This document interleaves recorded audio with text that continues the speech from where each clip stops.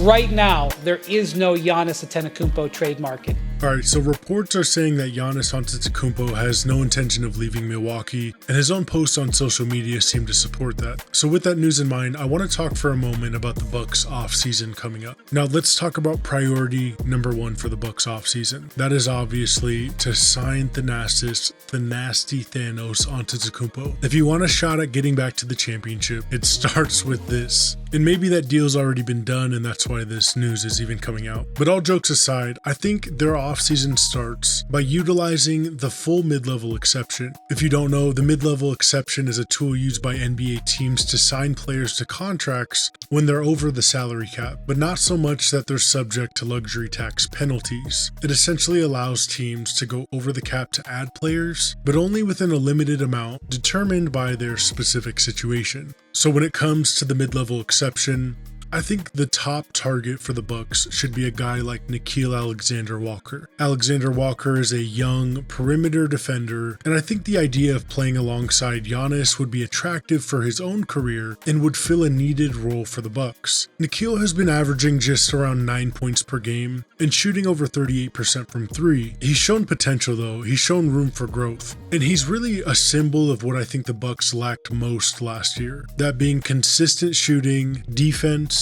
and a youthful element looking to the future. Other potential targets for the MLE or partial MLE could be, re-signing Gary Trent Jr., but there are some concerns about his consistency and fit moving forward. Maybe a back of rotation big. Other guys like Larry Nance Jr., Trey Jones, or Kelly Oubre also could be ideal fits for the Bucks. But the thing is, many of these players have re-signing preferences or options with current teams, making them less likely to switch teams. Nickeil Alexander-Walker, however, would remain the top target because of his age, because of his defense, because of other skills, but also because he's in his contract year. The only problem for the Bucks is going to be that he'll likely be a top target for other teams as well. The question is, can they compete with those other teams? I think so. I think playing alongside a guy like Giannis, a truly generational all-time player, it's got to be attractive if you're a guy like Nickeil Alexander-Walker or other role players. I mean, he's a guy that's probably looking for a bigger role, but wants to remain on a team where they can be contending or just close to contending, which I think the Bucks still are in that category. The other thing to address is going to be re-signing Brook Lopez or not. The likely deal, hopefully, is going to be between 8 and 10 million on a short-term contract. I think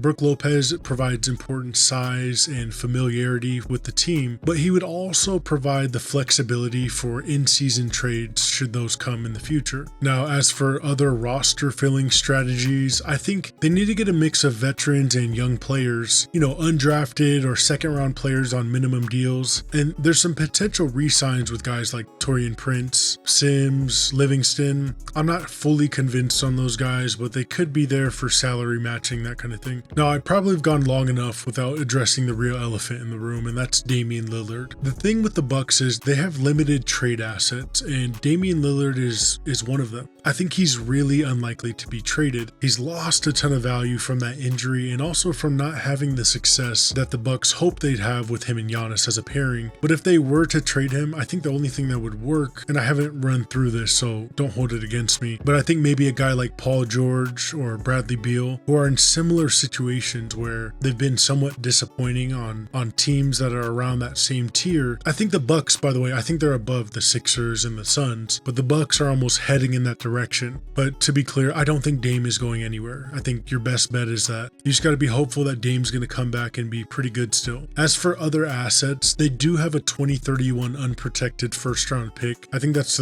probably their biggest asset that they could move. I think fans are probably going to be against that. They've traded, it seems like, all their picks. And then you have Kyle Kuzma, who we'll talk about in a second, and then you have other pick swaps. So like I said, I don't think Damian Lillard's going anywhere because of the limitations in his own physical condition, but also I don't think they're going to get back what they're hoping for. And then a guy like Kevin Porter Jr., I think he's also unlikely to go because I don't think they're going to get enough back, and part of that is because I think he has 1 year left on his remaining contract. So if a team was to go for him, they're not going to want to give up much, and it would be for a contending team who's just trying to bolster up their roster a little bit. And then the minimum guys like Prince, Rollins, or Trent Jr., I don't think they're going to accept sign-in trades. I think they would just sign with a different team if that's the case. And then obviously Brook Lopez, he has limited trade value, and he might not prefer to move on a sign-in trade unless he's offered a substantial contract or a trade package that would benefit him somehow. Now, if there was a big trade, that's where I think Kyle Kuzma would come back in. I think Kuzma potentially packaged with that 2031 pick. I think that's your best bet at getting a bigger name or a really impactful player that would truly affect this roster. But here's what it comes down to with the Bucks. Giannis is so good. This last season, he averaged 30.4 points per game, 11.9 rebounds per game, 6.5 assists per game, and 1.2 blocks. And by the way, he shot 60% from the field. And I mean, this guy has been doing this for like 7 years now.